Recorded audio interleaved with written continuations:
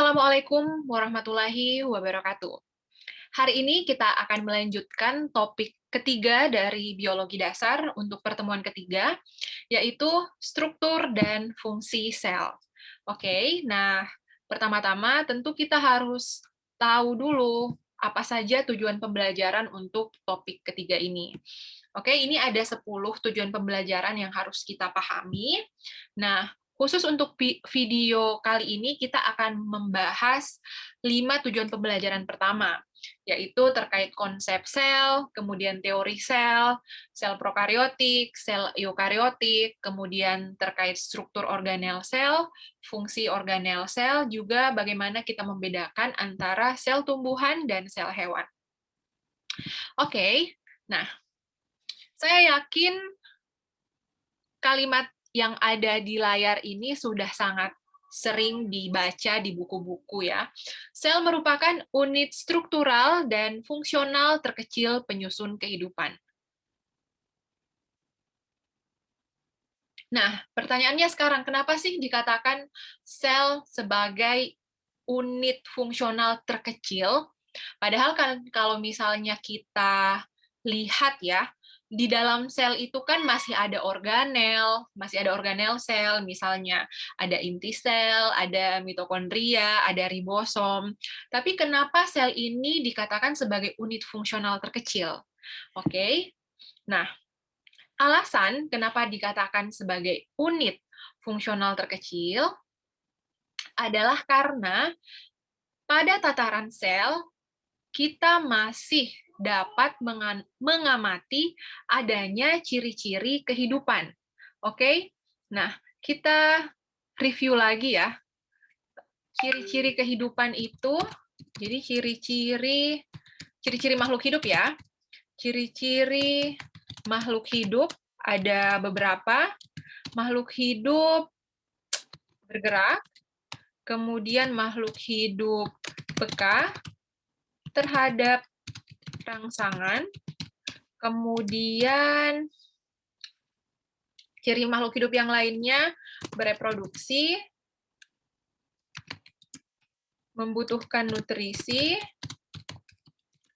kemudian mengeluarkan zat sisa,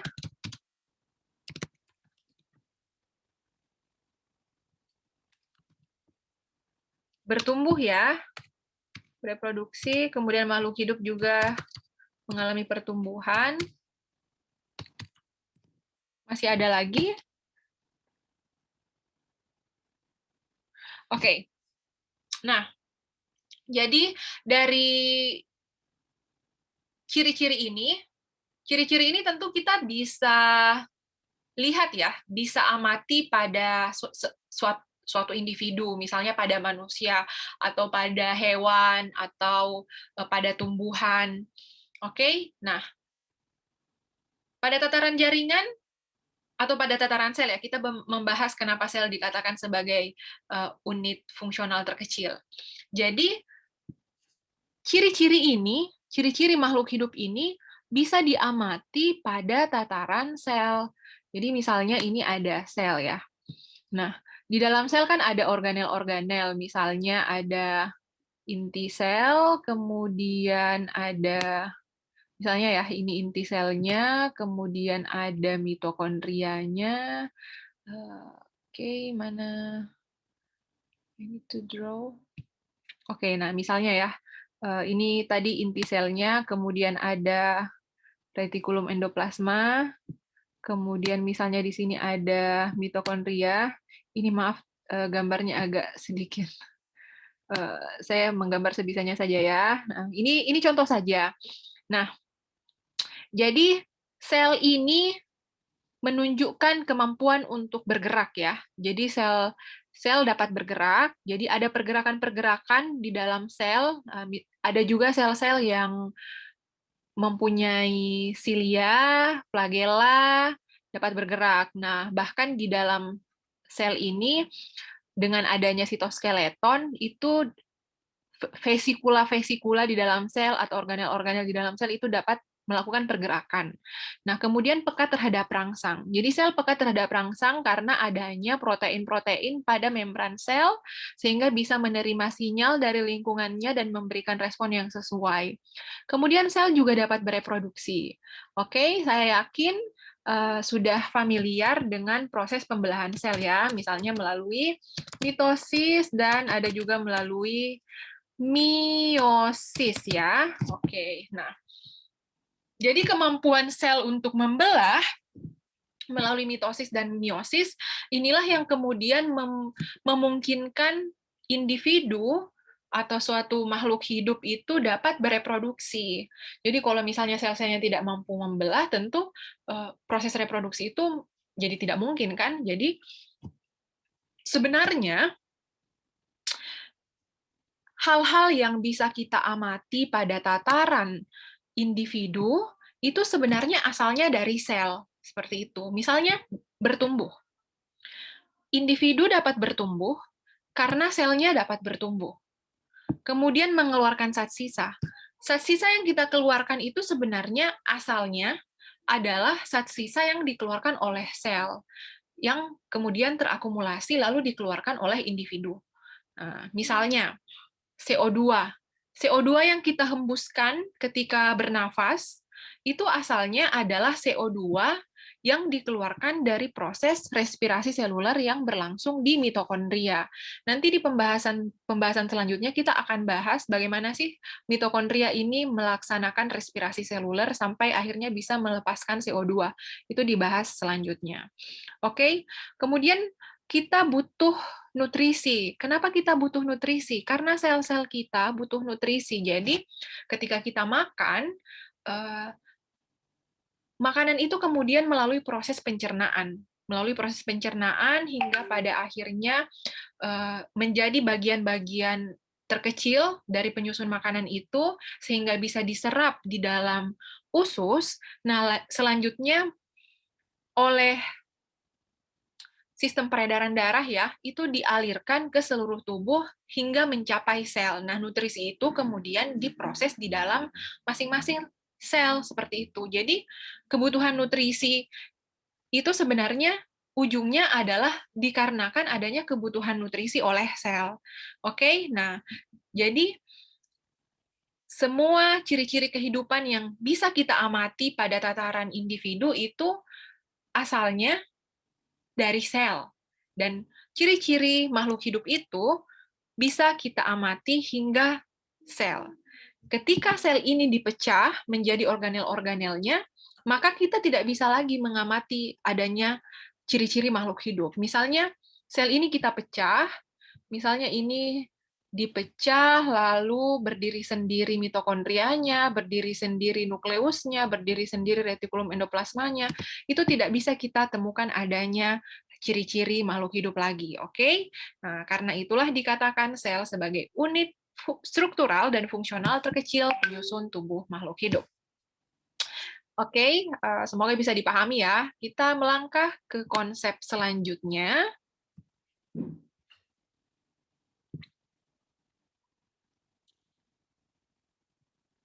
Nah, kita melangkah ke sejarah perkembangan teori sel. Jadi, pemahaman yang kita miliki saat ini terkait sel itu adalah hasil kerja dari para ilmuwan yang terdahulu. Oke, nah yang pertama ada Antony van Leeuwenhoek. Jadi Antony van Leeuwenhoek ini merupakan ilmuwan yang pertama kali menemukan mikroskop, dan mikroskop temuannya itu dimanfaatkan untuk meneliti organisme mikroskopis. Nah, jadi ketika melakukan pengamatan, Antony van Leeuwenhoek mengamati adanya makhluk hidup di bawah mikroskop yang digunakan, lalu menamakan organisme mikroskopik tersebut dengan sebutan animalculus. Nah, sekarang kita mengenal animalculus itu sebagai protozoa. Oke? Nah, selain melakukan pengamatan dengan menggunakan mikroskopnya, dengan meneliti organisme mikroskopis, Anthony van Leeuwenhoek ini juga melakukan pengamatan pada sel-sel darah manusia, bukan sel-sel darah manusia ya, tetapi pada sperma. Jadi pergerakan sperma, kemudian juga pergerakan sel-sel darah pada kapiler katak. Jadi pengamatan Anthony van Leeuwenhoek ini adalah pada tataran sel. Jadi bagaimana suatu sel bisa bergerak misalnya pada sperma, kemudian bagaimana pergerakan sel-sel darah pada kapiler kaki katak. Tetapi pengamatan Anthony van Leeuwenhoek ini belum mendetail ke organel-organel ya, baru sampai pada tataran sel. Nah, sekarang kita lanjut ke ilmuwan selanjutnya, ada Marcello Malpighi. Nah, Marcello Malpighi ini merupakan salah satu ilmuwan pertama yang mengamati sayatan jaringan. Oke, nah setelah mengamati jaringan, Marcello Malpighi ini menyimpulkan bahwa jaringan tersusun atas unit-unit yang disebutnya utricles. Oke, jadi ketika mengamati jaringan, dia menyebut penyusun jaringan itu sebagai dengan istilah utricles. Nah, saat ini kita mengenal utricles ini sebenarnya merujuk pada sel ya, tetapi oleh Marcello Malpighi diberi nama utricles. Seperti itu. Oke, nah kita lanjut. Jadi ilmuwan pertama yang mengamati struktur jaringan itu adalah Marcello Malpighi dan menyimpulkan bahwa ternyata jaringan ini tersusun atas unit-unit yang lebih kecil dan lalu diberi nama utricles. Nah, selanjutnya ada Robert Hooke. Robert Hooke ini merupakan ilmuwan pertama yang memperkenalkan istilah sel berdasarkan hasil pengamatannya pada sayatan sumbat gabus.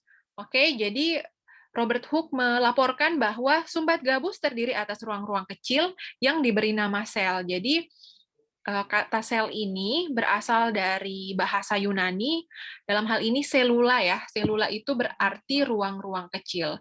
Jadi sebenarnya apa yang diamati oleh Robert Hooke itu sama dengan apa yang diamati oleh Marcello Malpighi, hanya saja kedua ilmuwan ini memberikan nama yang berbeda terhadap apa yang mereka amati. Nah, yang kita adopsi istilahnya sampai sekarang adalah istilah yang dikemukakan oleh Robert Hooke. Oke, jadi sel berasal dari bahasa Yunani, dalam hal ini adalah selula, yang berarti ruang-ruang kecil. Oke, selanjutnya kita melangkah ke ilmuwan selanjutnya, Robert Brown. Oke, jadi Robert Brown ini merupakan ilmuwan berkebangsaan Inggris yang mengamati sel-sel epidermis tumbuhan.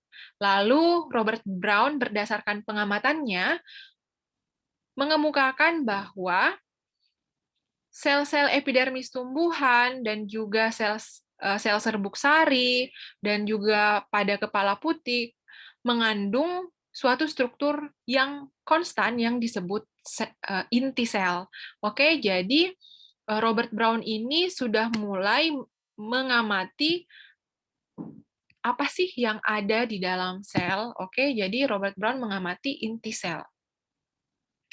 Nah, selanjutnya Johannes Purkinje.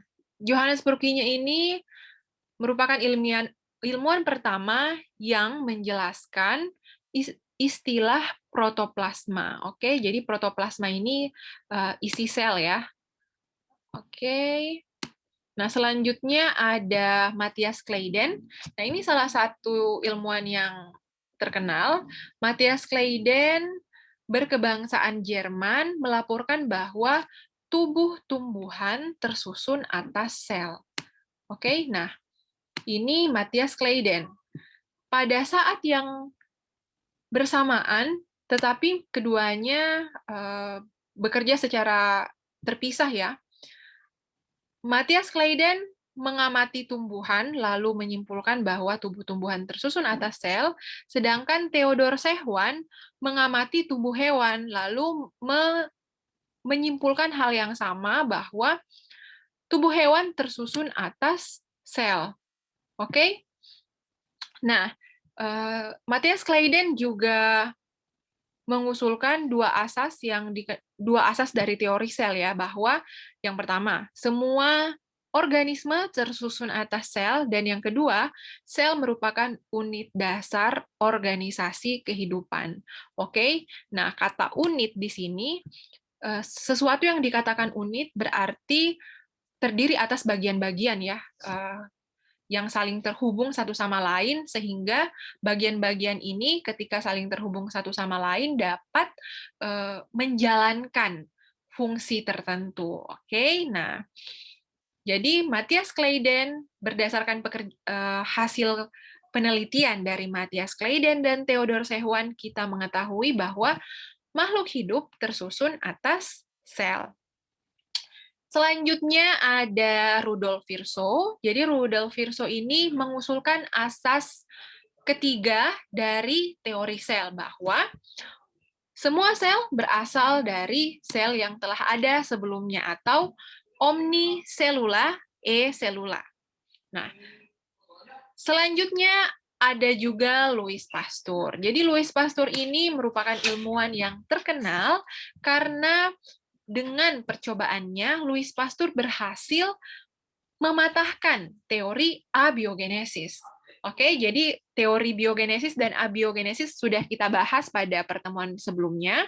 Nah, jadi kita sudah paham ya bahwa Louis Pasteur ini dengan percobaannya yang menggunakan labu berleher angsa, mengemukakan teori biogenesis yang mengatakan bahwa setiap makhluk hidup berasal dari makhluk hidup sebelumnya, atau omne vivum e vivo. Oke, jadi itu tadi beberapa ilmuwan yang berkontribusi pada pemahaman kita saat ini terkait teori sel. Oke, nah kita melangkah ke materi selanjutnya atau konsep. Konsep ini juga penting ya. Jadi kesimpulannya, yang pertama, sel merupakan kesatuan struktural dari makhluk hidup atau penyusun tubuh makhluk hidup. Kemudian yang kedua, sel merupakan kesatuan fungsional dari makhluk hidup yang menjalankan fungsi-fungsi tertentu sehingga bisa merepresentasikan ciri-ciri kehidupan. Sebagai kesatuan fungsional, sel berfungsi sebagai penyokong kehidupan. Nah, kemudian yang ketiga, sel merupakan kesatuan hereditas dari makhluk hidup. Nah, kenapa dikatakan kesatuan hereditas? Karena yang pertama, sel mengandung materi genetik yang dapat diturunkan ke generasi berikutnya, dan juga dengan kemampuan membelah, dalam hal ini mitosis dan meiosis ya, dari sel, maka memungkinkan makhluk hidup dapat bereproduksi. Seperti itu. Oke, jadi ini 3 poin penting terkait sel. Nah, dalam lingkup yang lebih kompleks, ada 4 makna terkait teori sel. Yang pertama, makhluk hidup tersusun atas sel, berarti ini kalau penyusun berarti terkait struktur ya. Kemudian yang kedua, sel yang baru dibentuk berasal dari pembelahan sebelumnya. Oke, jadi sel itu berasal dari sel sebelumnya. Kemudian yang ketiga, sel memiliki kemiripan yang mendasar dalam hal komposisi kimiawi dan aktivitas metabolismenya. Dan yang keempat, aktivitas dari suatu organisme dapat dimengerti sebagai aktivitas kolektif, dan interaksi dari unit-unit seluler bergantung satu dengan yang lainnya.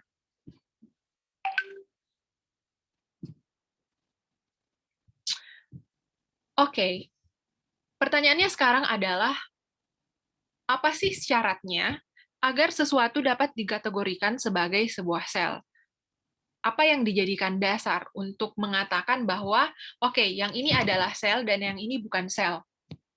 Oke, menurut De Robertis, ada 3 hal yang harus dipenuhi agar sesuatu dapat dikategorikan sebagai sel.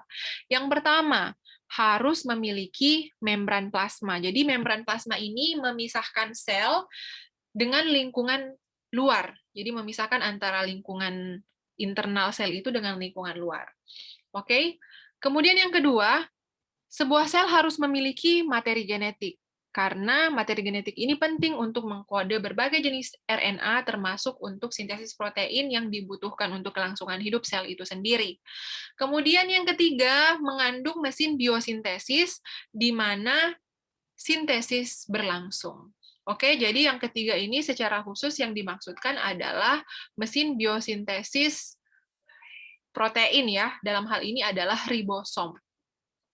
Oke, nah jadi syaratnya yang pertama memiliki membran plasma, memiliki materi genetik, dan memiliki ribosom. Oke, nah inilah alasannya kenapa beberapa literatur mengatakan bahwa virus itu bukan sel. Kenapa? Karena virus tidak memiliki ribosom. Oke, nah, virus itu tidak memiliki ribosom, maka virus bukan sel. Nah, kalau kembali lagi ke teori sel, semua makhluk hidup tersusun atas sel, berarti kalau tidak tersusun atas sel berarti bukan makhluk hidup. Nah, karena virus tidak memiliki ribosom, maka pada beberapa literatur ya, yang membahas terkait posisi virus ini, dikatakan bahwa virus itu bukan makhluk hidup. Oke. Nah, inilah alasannya, karena virus tidak memiliki ribosom, makanya virus ini harus memasuki sel hidup, lalu di dalam sel hidup, virus mengambil alih ribosom dari sel ini untuk memproduksi protein yang dibutuhkan oleh virus. Seperti itu ya. Oke, nah selanjutnya,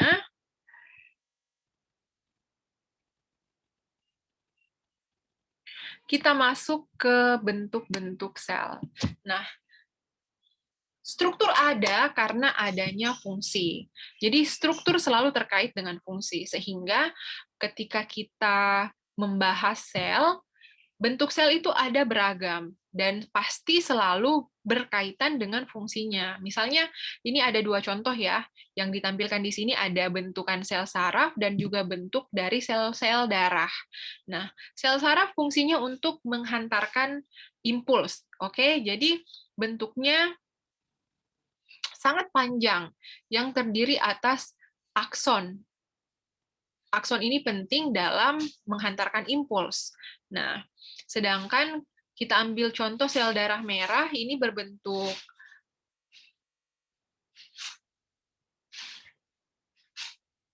di sini ini bentukan sel darah merah ya. Kemudian beberapa bentuk sel-sel yang lainnya termasuk sel darah putih atau white blood cell, dan juga ini keping darah atau platelets. Dan semua ini terkait dengan fungsinya masing-masing. Oke. Jadi, seperti ini ya, bentuk sel itu ketika sudah berada di dalam tubuh,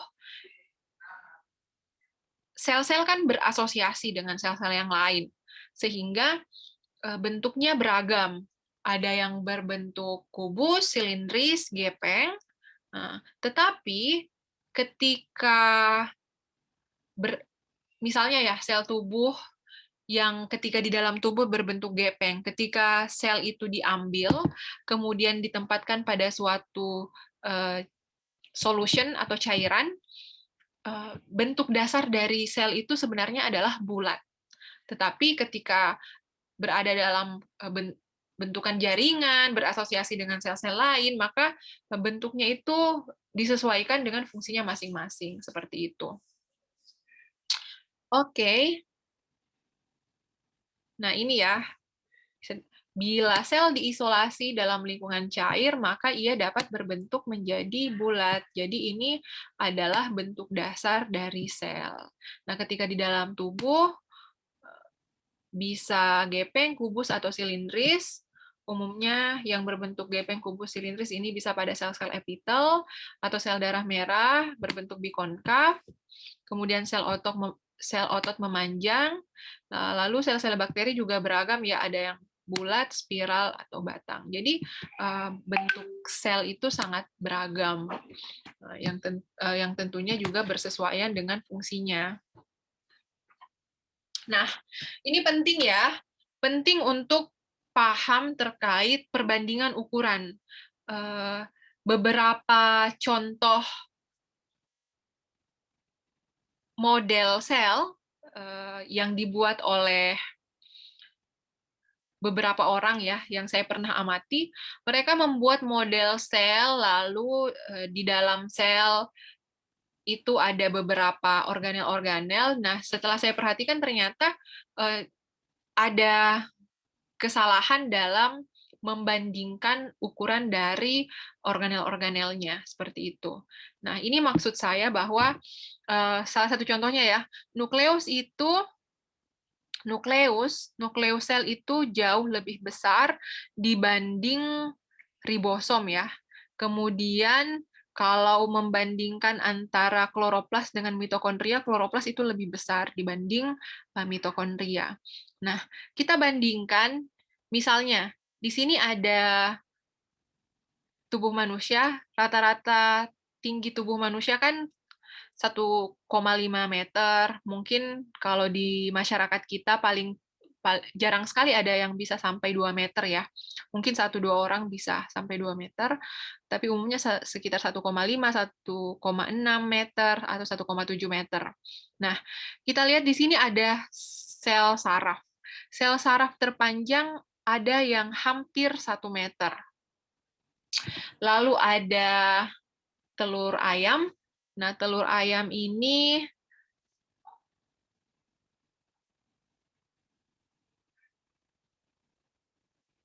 sepuluh, 20, kurang lebih 30 mm. Kemudian ini frog, katak ya. Ini kurang lebih 3 mm ya. Kemudian ada sel telur manusia, human egg. Human egg ini sangat kecil. Dia kurang lebih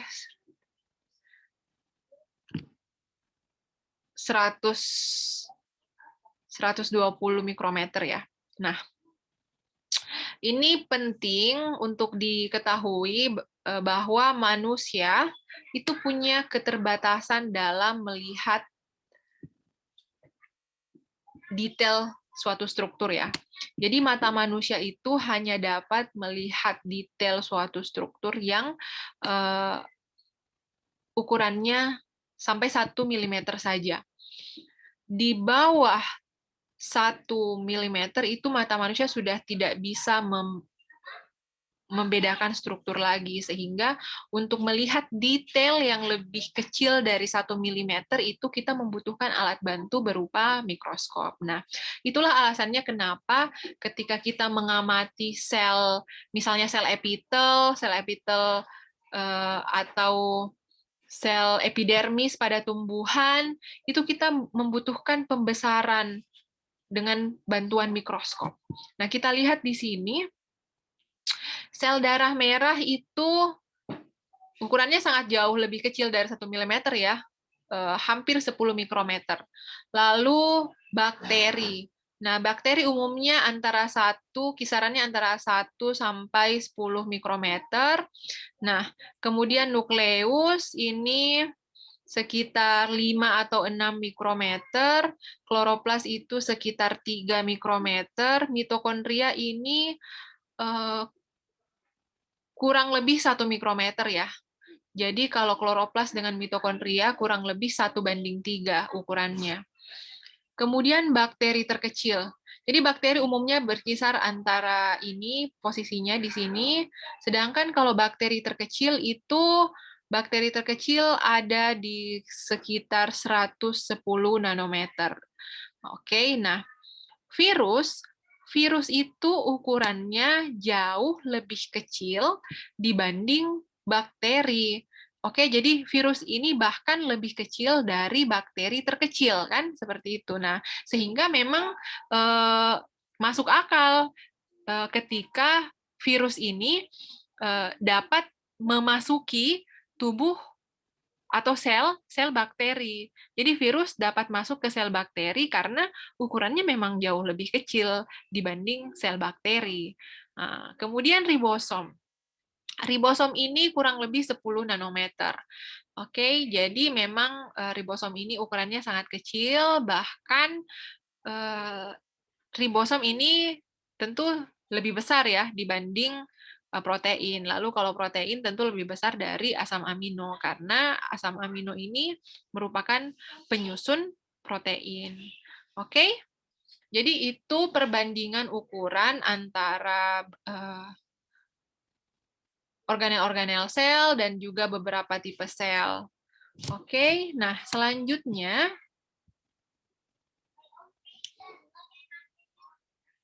ini adalah ukuran sel. Jadi salah satu pertanyaan penting terkait ukuran sel adalah kenapa ukuran sel harus kecil? Oke, kenapa sih ukuran sel itu harus kecil? Nah, misalnya kita lihat kembali tadi satu sel. Sel epitel. Sel epitel ukurannya berkisar sekitar 40 atau 50 mikrometer. Oke. Nah, kenapa harus berkisar di sini? Kenapa bukan misalnya 10 cm atau kenapa bukan 50 cm? Nah, kalau kita lihat bukan tumbuhan ya, misalnya hewan-hewan besar, misalnya gajah. Gajah itu meskipun tubuhnya besar, sel-selnya juga tetap berukuran kurang lebih sekitar 50 mikrometer. Oke, jadi sel itu penyusun tubuh makhluk hidup itu ukurannya sekitar ini ya. Nah, pertanyaannya kenapa ukurannya tidak besar misalnya? Oke, nah untuk pertanyaan ini silahkan dicari jawabannya ya, dan untuk soal ini akan menjadi tugas individu. Oke, jadi pertanyaannya adalah kenapa ukuran sel harus besar? Bukan harus besar ya, kenapa ukuran sel harus kecil?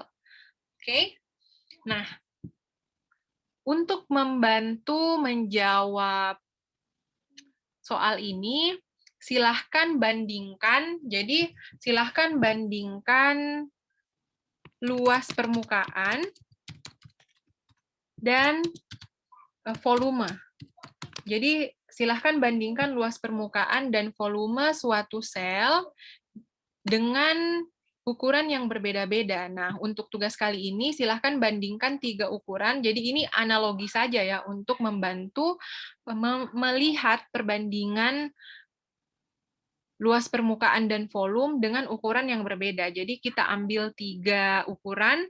Yang pertama ukuran 0,1 cm, kemudian ukuran kedua 1 cm, kemudian ukuran ketiga 10 cm. Oke, jadi tugas Anda adalah silahkan cari, ini ukuran jari-jari ya. Jadi ini ukuran jari-jari.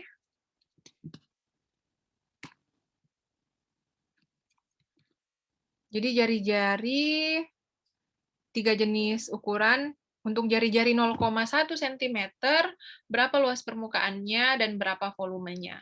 Untuk jari-jari 1 cm, berapa luas permukaannya, berapa volumenya. Untuk 10 cm, berapa luas permukaannya dan berapa volumenya. Nah, setelah Anda temukan berapa masing-masing jumlahnya silahkan diamati. Kira-kira bagaimana sih keterkaitan antara luas permukaan dan volumenya. Lalu silahkan dijawab pertanyaan ini. Kenapa ukuran sel makhluk hidup harus kecil?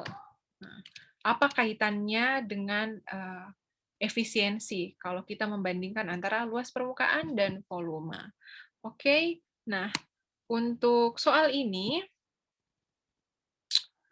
silahkan dikerjakan secara individu ya. Nah, luas permukaan silahkan dicari rumus luas permukaan.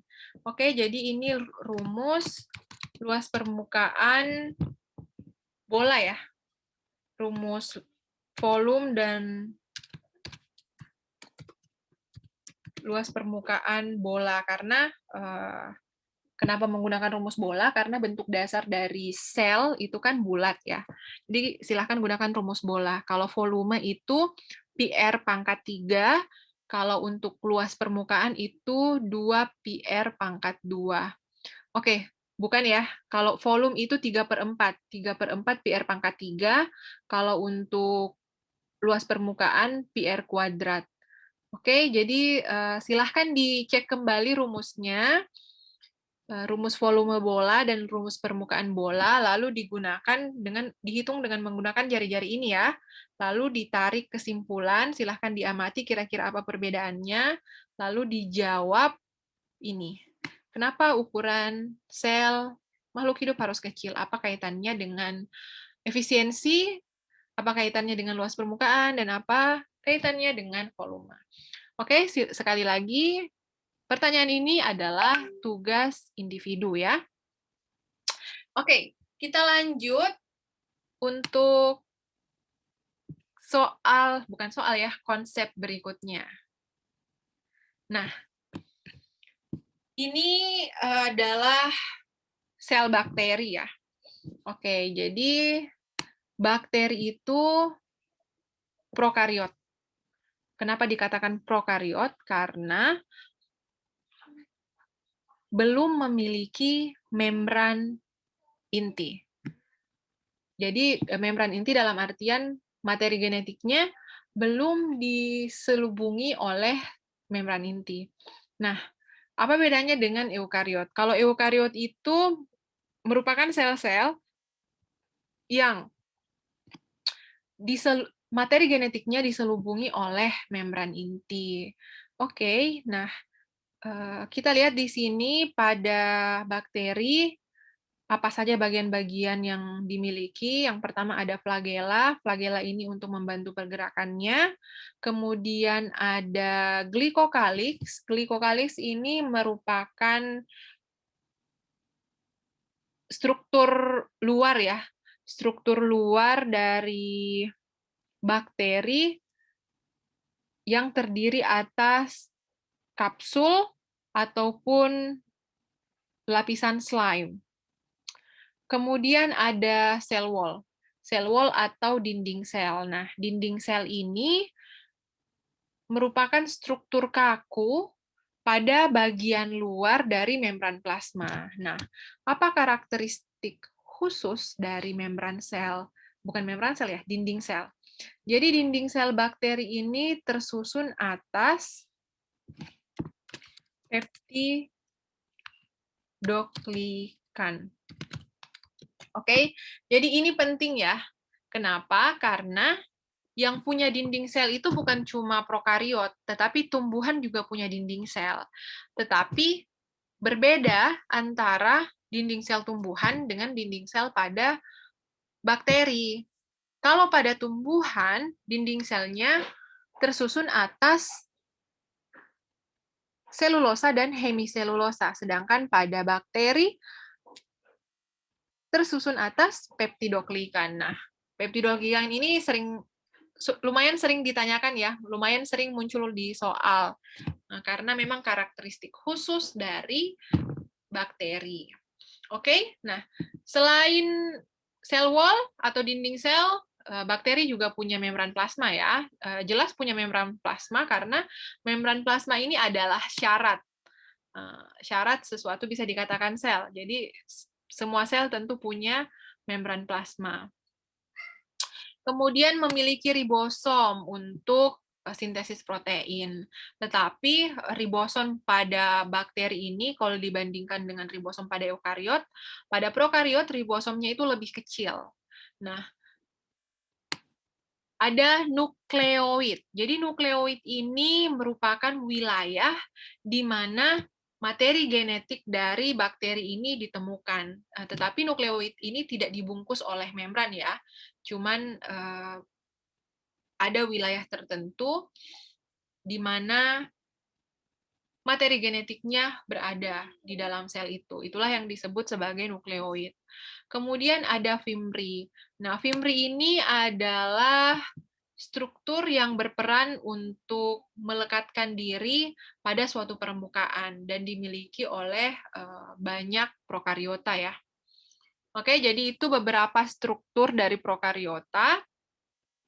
Jadi apa bedanya fimri dengan flagel? Kalau flagel ini untuk pergerakan, sedangkan kalau fimri itu ini untuk pelekatan. Jadi supaya dia bisa melekat pada suatu struktur, pada suatu permukaan ya. Oke, selanjutnya kita melangkah. Oke, jadi sebelum kita melangkah ini masih ada satu lagi. Ini di bagian gambar B adalah hasil pengamatan dari bakteri Corynebacterium diphtheri. Nah, di sini yang bagian ungu terlihat bagian nukleoid ya. Oke. Nah, kalau misalnya digambarkan dengan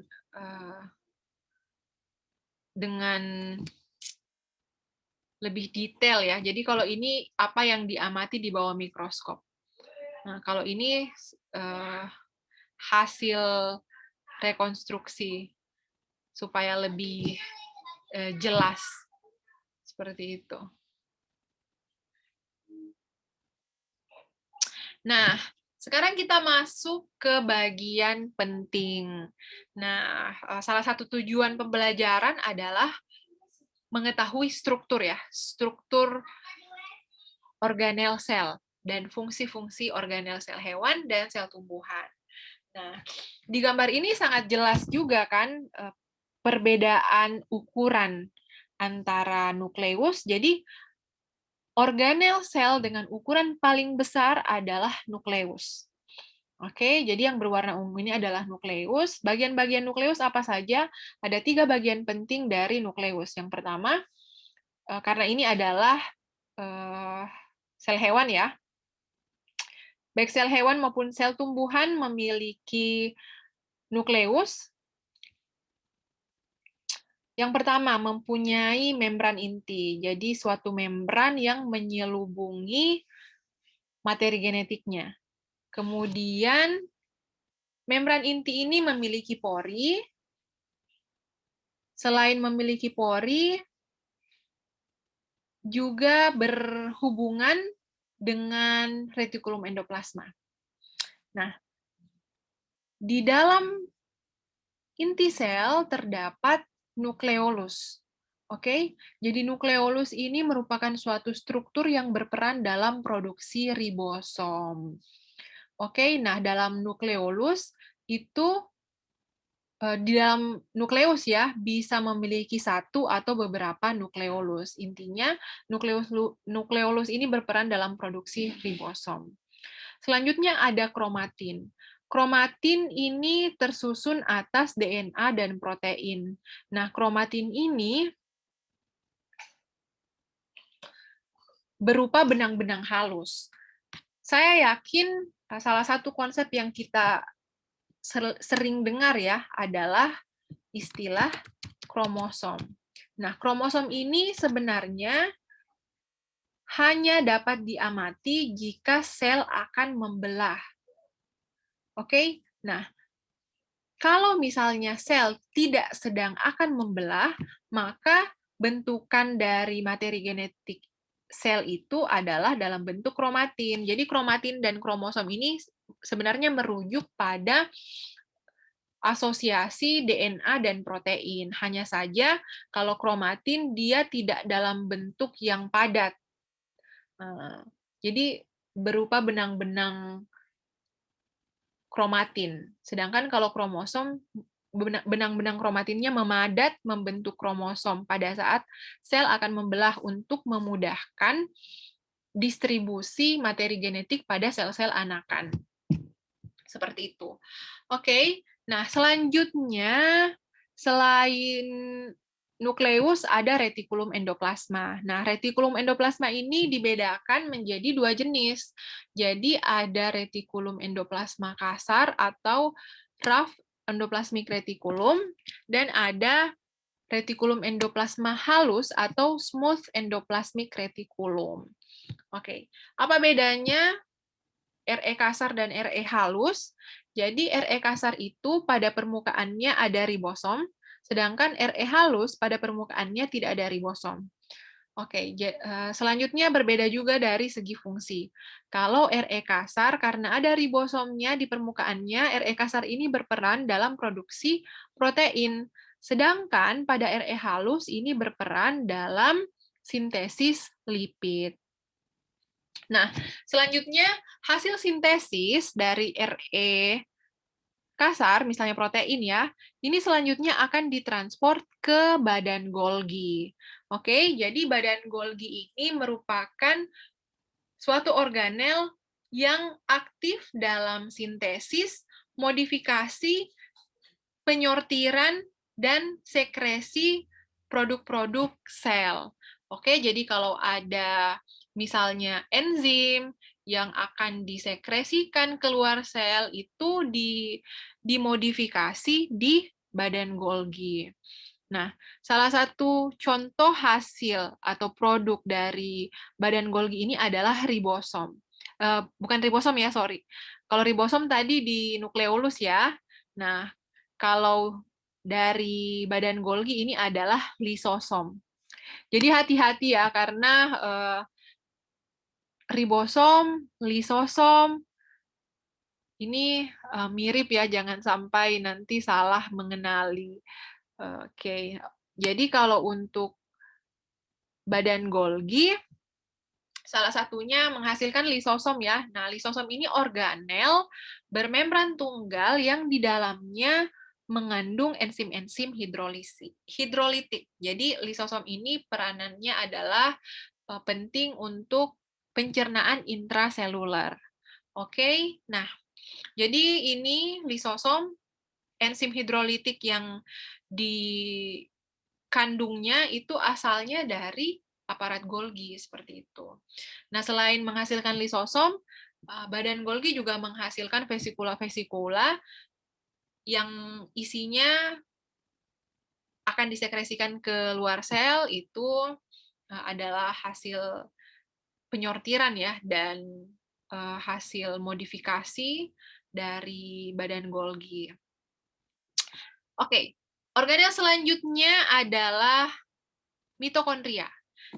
Jadi mitokondria ini adalah organel yang sangat penting juga. Kenapa? Karena mitokondria ini adalah mesin produksi energi. Oke? Nah, jadi kita bisa bergerak, bisa berpikir, itu karena adanya energi. Nah, energi ini asalnya dari mana? Dari mitokondria. Nah, ini juga penting untuk kita garis bawahi ya. Energi yang dimaksud ini adalah energi untuk kerja seluler ya, untuk menyokong aktivitas-aktivitas seluler ini dalam bentuk ATP. ATP adalah adenosin trifosfat. Oke, jadi kalau misalnya ATP itu merupakan molekul adenosin yang memiliki 3 molekul fosfat, makanya namanya adenosin trifosfat. Nah, selanjutnya kalau satu fosfatnya terlepas, maka sejumlah energi dilepaskan dan menghasilkan adenosin difosfat. Karena satu sudah terlepas ya, jadi sisa 2 adenosin difosfat. Kalau satu Kalau yang satunya lagi terlepaskan, maka menjadi AMP atau adenosin monofosfat. Oke, selanjutnya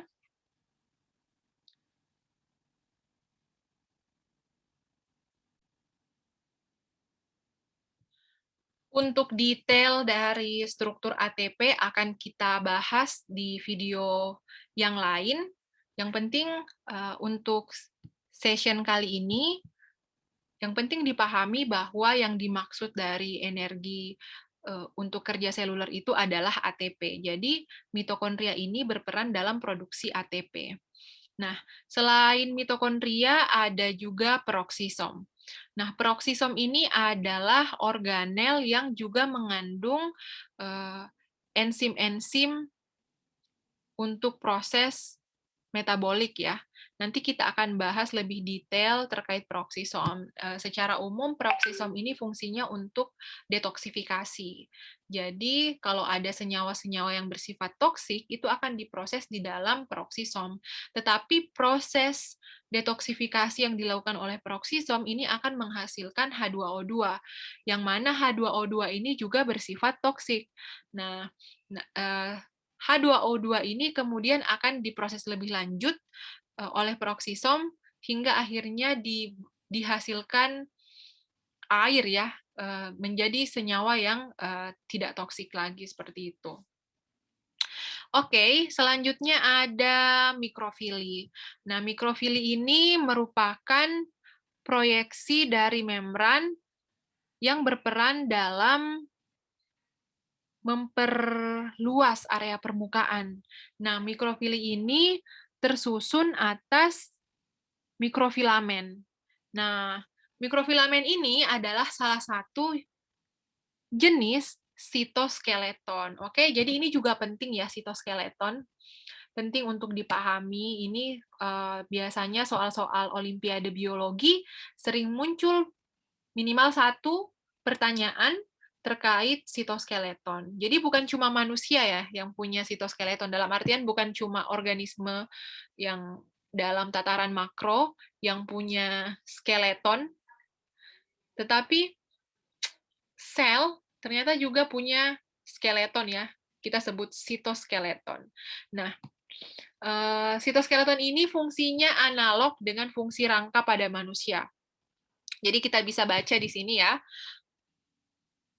mempertahankan bentuk sel, kemudian berperan dalam proses pergerakan, seperti itu. Jadi rangka manusia juga berperan untuk proses pergerakan kan dan memberi bentuk pada tubuh. Nah, ini makanya saya katakan analog dengan rangka manusia untuk sitoskeleton. Nah, tapi yang membedakan adalah sitoskeleton ini pada sel baik sel hewan maupun sel tumbuhan itu terdiri dari 3 jenis protein ya. Jadi sebenarnya komponen utama dari sitoskeleton ini tersusun atas protein. Jadi apa saja? Yang pertama ada mikrofilamen, kemudian yang kedua filamen intermediate, dan yang ketiga ada mikrotubul. Jadi 3 jenis ini mempunyai ukuran yang berbeda-beda. Mikrofilamen ukurannya paling kecil, kemudian yang tengah itu adalah filamen intermediate, kemudian yang paling besar itu adalah mikrotubul. Nah, berdasarkan ukuran yang berbeda-beda, tentu peranannya juga berbeda-beda. Jadi misalnya untuk mikrofili itu tersusun atas mikrofilamen.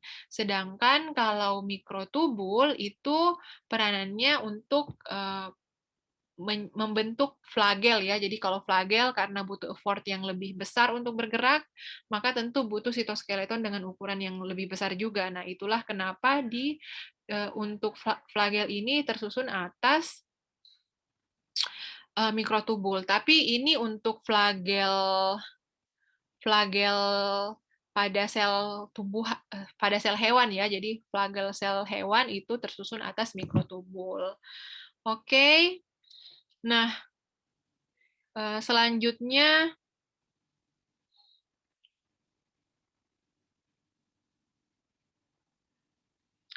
kita lihat ada sentrosom di sini.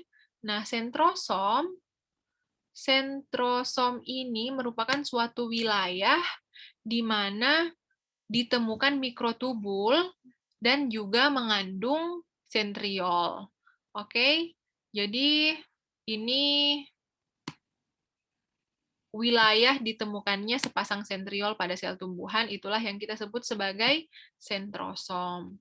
Selanjutnya ada flagel ya. Flagel ini untuk motilitas atau pergerakan. Nah, kemudian nah ini yang belum dibahas, ada ribosom ya. Ini yang paling penting, tapi kita bahas belakangan ya. Nah, ribosom ini tadi sudah kita bahas, adalah salah satu hal yang harus dimiliki oleh sel. Itu adalah ribosom. Jadi ribosom ini mempunyai peran penting. Kenapa? Karena ribosom yang berperan dalam mensintesis protein. Seperti itu. Enzim itu kan protein ya. Kemudian banyak proses-proses fisiologis yang tentunya bergantung pada kehadiran protein. Nah, kemudian sitoskeleton. Sitoskeleton juga tersusun atas protein. Jadi, peran ribosom ini sangat penting karena ribosom merupakan mesin sintesis protein. Oke, jadi ini adalah poin-poin penting terkait struktur dari sel hewan beserta jenis-jenis organelnya ya. Oke. Nah, sekarang kita melangkah ke sel tumbuhan. Oke, nah ini sel tumbuhan. Yang pertama, mari kita identifikasi beberapa struktur yang hanya dimiliki oleh sel tumbuhan dan tidak dimiliki oleh sel hewan. Oke, ini menjadi tugas kedua ya. Tadi tugas pertama adalah terkait pertanyaan mengapa ukuran sel harus kecil. Nah, untuk menjawab soal pertama kan tadi kalian harus membandingkan 3 ukuran jari-jari sel dengan membandingkan luas permukaan dan volume dari ketiga ukuran tersebut ya. Nah, sekarang pertanyaan kedua adalah silahkan identifikasi organel-organel yang hanya dimiliki oleh sel tumbuhan, namun tidak dimiliki oleh sel hewan. Dan identifikasi juga organel yang hanya dimiliki oleh sel hewan, namun tidak dimiliki oleh sel tumbuhan. Oke? Jadi itu adalah soal nomor 2 yang harus Anda jawab ya. Nah, jadi saya kali ini di video ini saya hanya akan menjelaskan detail dari fungsi-fungsi sel yang ada di sini ya. Nah, kita lihat kembali ini ada nukleus. Jadi sekali lagi nukleus itu perannya sangat penting karena nukleus mengandung pertama materi genetik, juga nukleus mengandung nukleolus yang merupakan tempat di mana ribosom dihasilkan. Nah, selanjutnya berhubungan dengan nukleus adalah retikulum endoplasma. Nah, retikulum endoplasma ada 2 jenis, yaitu retikulum endoplasma kasar dan retikulum endoplasma halus. Retikulum endoplasma kasar pada permukaannya memiliki ribosom, sehingga berperan dalam proses sintesis protein. Sedangkan pada retikulum endoplasma halus, pada permukaannya tidak ada ribosom, dan retikulum endoplasma halus ini berperan dalam sintesis lipid. Nah, selanjutnya hasil sekresi atau hasil sintesis ya, hasil sintesis protein misalnya yang dihasilkan oleh RE kasar ini ditransport ke aparat Golgi. Nah, aparat Golgi ini berperan aktif dalam sintesis dan juga memodifikasi serta menyortir bahan-bahan atau produk-produk sel yang akan disekresikan keluar sel. Nah, di aparat Golgi juga ini bisa menghasilkan vesikula-vesikula ya, misalnya vesikula-vesikula yang mengandung enzim-enzim hidrolitik tertentu. Nah, karena itu salah satu jenis. Jadi untuk ini ya, untuk badan Golgi ini intinya berperan dalam proses modifikasi dan penyortiran ya, penyortiran produk-produk yang akan disekresikan keluar sel. Jadi kalau misalnya bukan hanya keluar sel ya, tapi juga di dalam sel untuk membentuk vesikula-vesikula yang mengandung enzim-enzim tertentu, itu adalah tugas dari badan Golgi. Nah, selanjutnya di sini ada mitokondria. Nah, mitokondria ini merupakan organel yang berperan untuk menghasilkan energi dalam bentuk ATP. Lalu peroksisom. Peroksisom ini berperan dalam ini ya,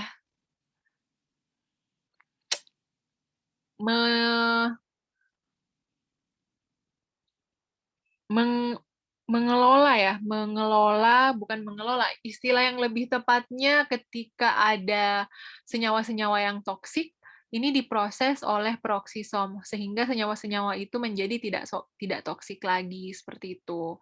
Lalu ada membran plasma. Nah, membran plasma ini adalah salah satu syarat agar sesuatu bisa dikatakan sel ya. Jadi membran plasma berperan sebagai pembatas ya antara lingkungan internal dan lingkungan eksternal sel.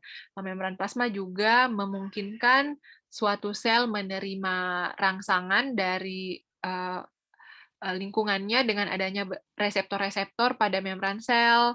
Seperti itu juga memungkinkan adanya pertukaran molekul-molekul itu melalui membran sel. Jadi sifat membran sel ini semi permeabel ya. Jadi permeabel terhadap suatu molekul tertentu tetapi tidak permeabel terhadap molekul lainnya. Nanti akan kita bahas terkait sifat-sifat lebih detail dari membran sel ini. Selanjutnya ada sel wall atau dinding sel. Nah, tadi pada sel bakteri juga ada dinding selnya ya. Nah, tetapi yang membedakan kalau sel bakteri, dinding selnya tersusun atas peptidoglikan, kalau pada tumbuhan, dinding selnya terdiri atas selulosa dan hemiselulosa. Oke, jadi apa fungsinya dari membran sel ini? Membran sel ini berperan dalam mempertahankan bentuk sel dan juga untuk melindungi sel. Jadi memberi perlindungan mekanik pada sel. Selanjutnya ada plasmodesmata. Nah, plasmodesmata ini merupakan penjuluran sitoplasmik yang membuat atau yang memungkinkan dua sel tumbuhan bisa melakukan komunikasi satu sama lain. Jadi memungkinkan terjadinya pertukaran zat dari satu sel dengan sel yang lainnya. Jadi dua sel yang berdekatan ini bisa terjadi pertukaran zat karena adanya plasmodesmata. Jadi meskipun sel tumbuhan ini memiliki dinding sel, tetapi tetap memungkinkan adanya hubungan antara satu sel dengan sel yang lainnya karena adanya plasmodesmata. Oke, jadi konsep plasmodesmata ini atau peranan plasmodesmata ini biasanya juga muncul dalam soal-soal olimpiade biologi. Oke, selanjutnya ada kloroplas ya. Nah, kloroplas ini penting bagi sel tumbuhan. Kenapa? Karena dengan adanya kloroplas, tumbuhan memiliki kemampuan untuk mengubah energi cahaya menjadi energi kimiawi. Jadi energi kimiawi ini dalam artian bisa memproduksi glukosa ya. Oke, glukosa itu kan kalau dalam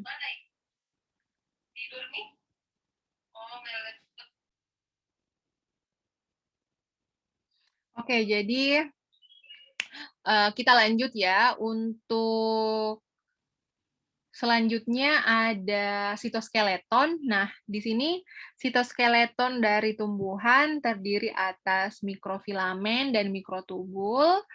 Lalu ada vakuola sentral. Nah, vakuola sentral ini berperan dalam penyimpanan ya, atau storage.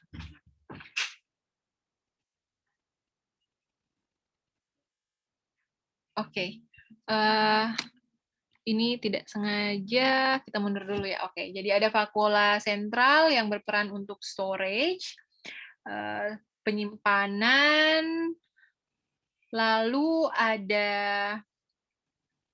oke, yang lain sudah selesai ya. Jadi untuk vakuola sentral ini juga merupakan organel yang penting bagi tumbuhan, selain berperan dalam penyimpanan, juga berperan dalam pertumbuhan. Kenapa? Karena konteks pertumbuhan sel itu kan terkait dengan pembesaran sel. Nah, ketika vakuola selnya membesar, tentu ukuran sel juga menjadi lebih besar, seperti itu. Oke, nah ini adalah detail dari nukleus. Tadi sudah kita bahas ya, nukleus menyimpan pusat menyimpan informasi genetik, sehingga disebut juga sebagai pusat informasi genetik. Kemudian ini detail dari struktur retikulum endoplasma. Lalu ada lisosom.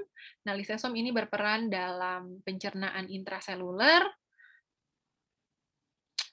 Selanjutnya ini adalah mitokondria yang berperan sebagai mesin produksi ATP atau mesin produksi energi ya. Nah, kita lihat di sini struktur mitokondria. Mitokondria merupakan organel bermembran ganda. Jadi pada membran dalam dari mitokondria ini kita sebut sebagai krista. Jadi kristanya berlekuk-lekuk, fungsinya untuk memperluas luas permukaan.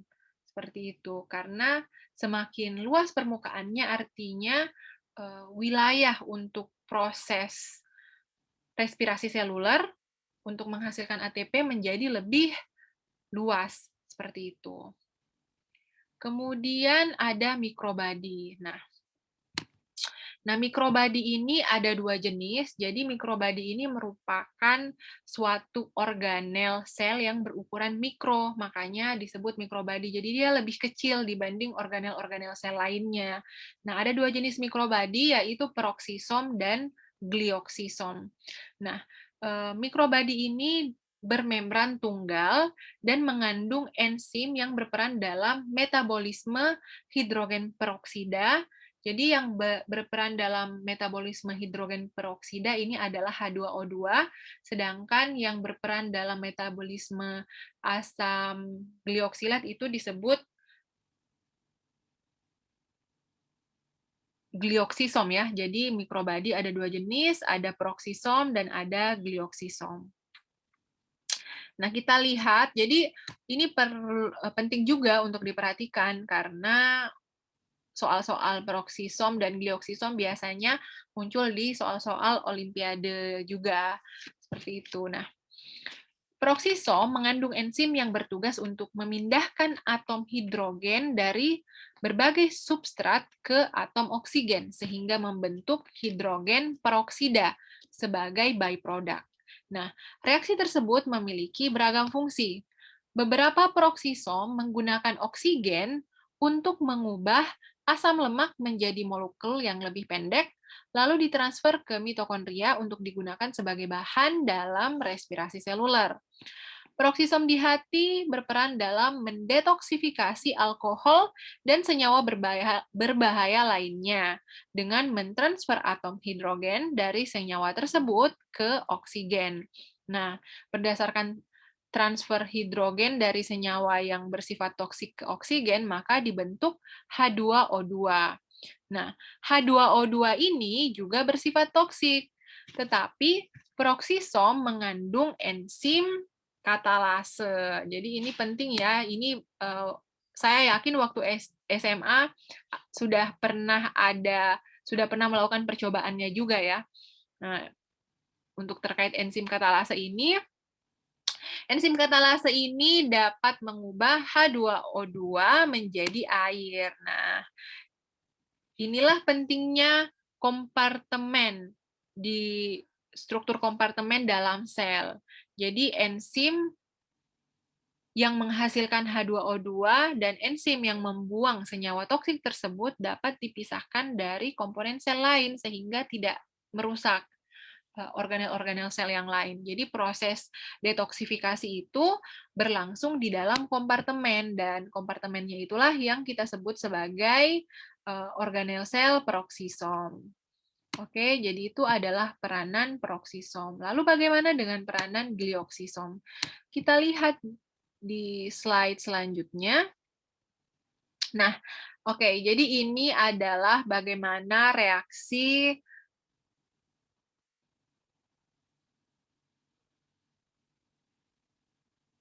detoksifikasi, kemudian dihasilkan H2O2, lalu H2O2 ini oleh enzim katalase diubah menjadi H2O dan O2, jadi oksigen dan air. Seperti itu ya. Oke, selanjutnya. Nah, glioksisom. Jadi, terdapat dua jenis peroksisom pada tumbuhan. Pertama, di daun. Di daun itu umumnya ditemukan peroksisom yang berperan sebagai katalisator dalam oksidasi hasil samping reaksi fiksasi karbon dioksida yang disebut fotorespirasi. Dan jenis peroksisom kedua pada tumbuhan itu khususnya terdapat pada biji, dan peroksisom yang terdapat pada biji ini kita sebut sebagai glioksisom. Kenapa?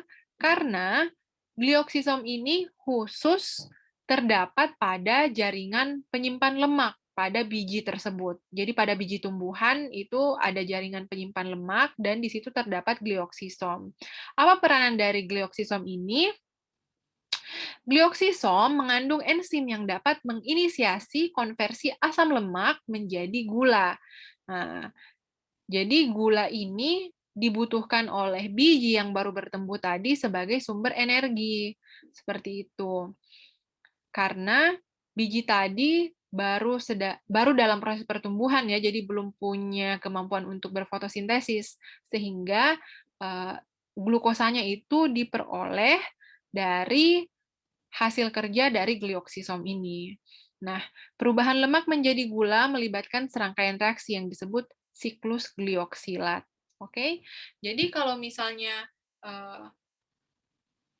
ada pertanyaan ya, kenapa dari mana tumbuhan memperoleh energi? Dalam arti ini biji ya, dari mana biji yang baru bertumbuh, yang belum mempunyai kemampuan untuk berfotosintesis, energinya itu asalnya dari mana? Nah, asalnya dari gula yang diproduksi oleh hasil konversi asam lemak menjadi gula yang merupakan aktivitas dari glioksisom. Oke.